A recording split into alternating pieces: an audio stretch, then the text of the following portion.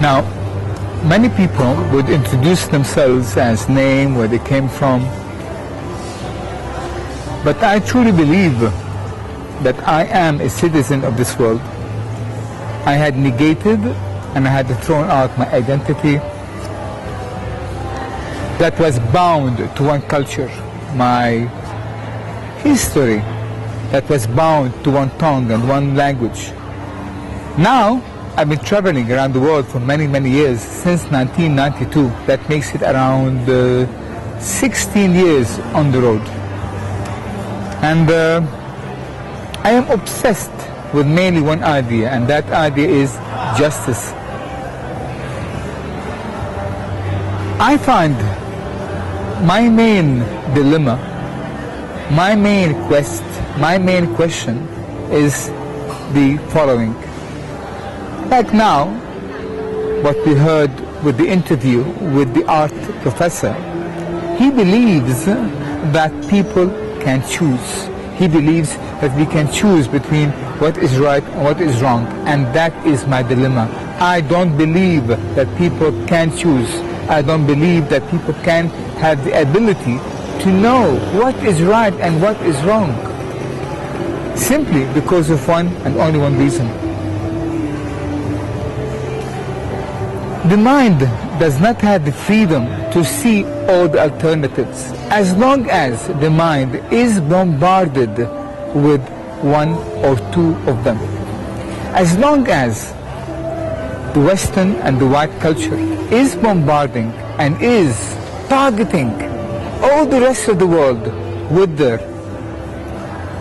products, with their machinery, with their concepts, with all of that, as long as they are doing this, then we do not really have a chance to choose. And that is my dilemma, that is my problem.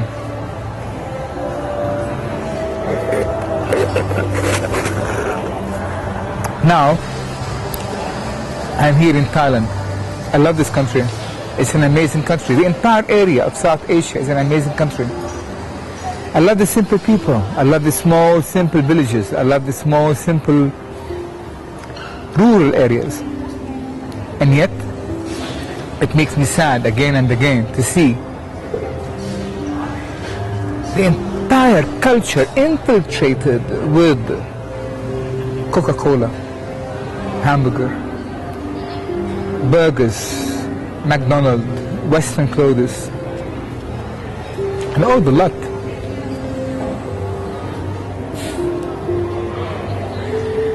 But nevertheless, what I'm trying to do all around the world is trying to remind the people not to lose their ethnic values, not to lose their heritage, not to lose their culture.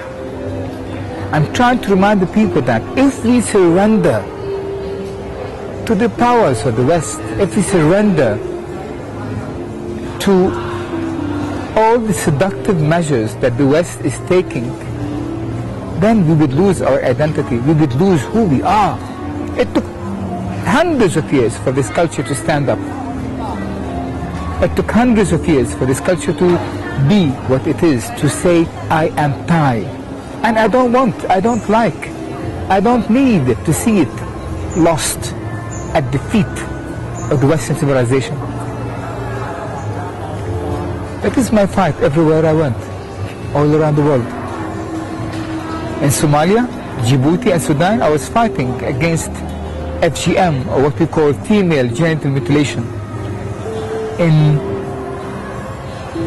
South Africa, I was fighting against child abuse, women abuse. I was fighting against how the world saw blind people. In Romania, I was fighting for the rights of the gypsies. In France, I was fighting for a man who was trying to build and to create musical instruments out of earth.